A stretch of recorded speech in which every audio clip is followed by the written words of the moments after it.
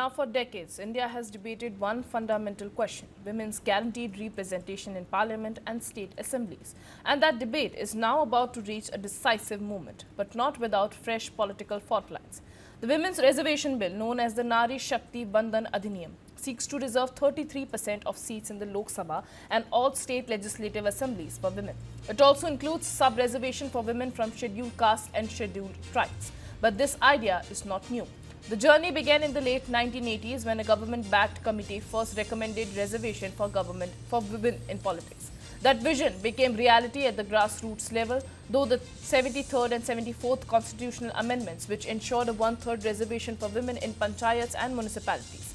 That experiment worked. It created lakhs of women leaders across India. The next step was Parliament, and that's where the struggle began.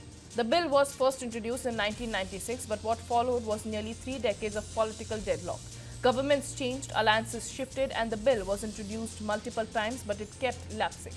The biggest roadblocks were demands for an OBC sub-quota, concerns over seat rotation, and intense political disruptions. A breakthrough finally came in 2023 when the government passed the bill with near unanimous support in both houses of parliament. But there was a catch.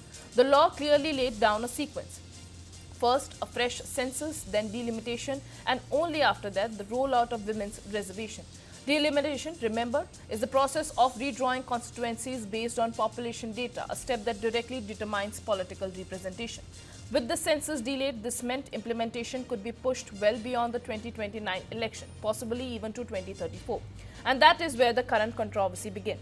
The government is now planning to amend the law to fast-track implementation. The proposal is to delink the reservation from the future census and instead carry out delimitation using the 2011 census data.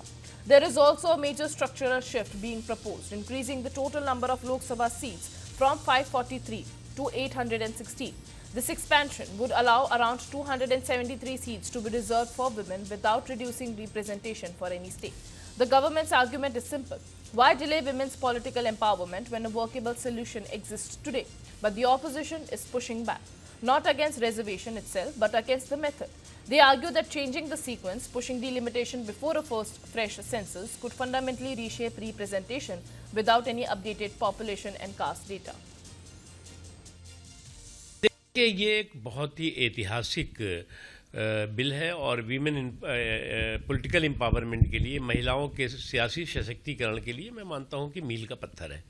लेकिन कांग्रेस या कुछ और पार्टियां जो शर्तों के साथ शरारत करने में लगी हुई हैं और शर्तों के साथ शरारत में इस पूरे के पूरे इस महत्वपूर्ण बिल को जो है अटकाने, भटकाने, लटकाने की षड्यंत्र साजिशों में लगी हैं, वो मुझे लगता है उनकी सियासी सेहत के लिए ठीक नहीं है। क्योंकि ये जो है वो आप महिला आरक्षण के मामले में आपने जो है वो पहले कानून पास किया, उसके बाद आपने अपने ही साथियों के दबाव में या फिर आपने जानबूझ करके इसको जो है वो ठंडे बस्ते में डाल दिया।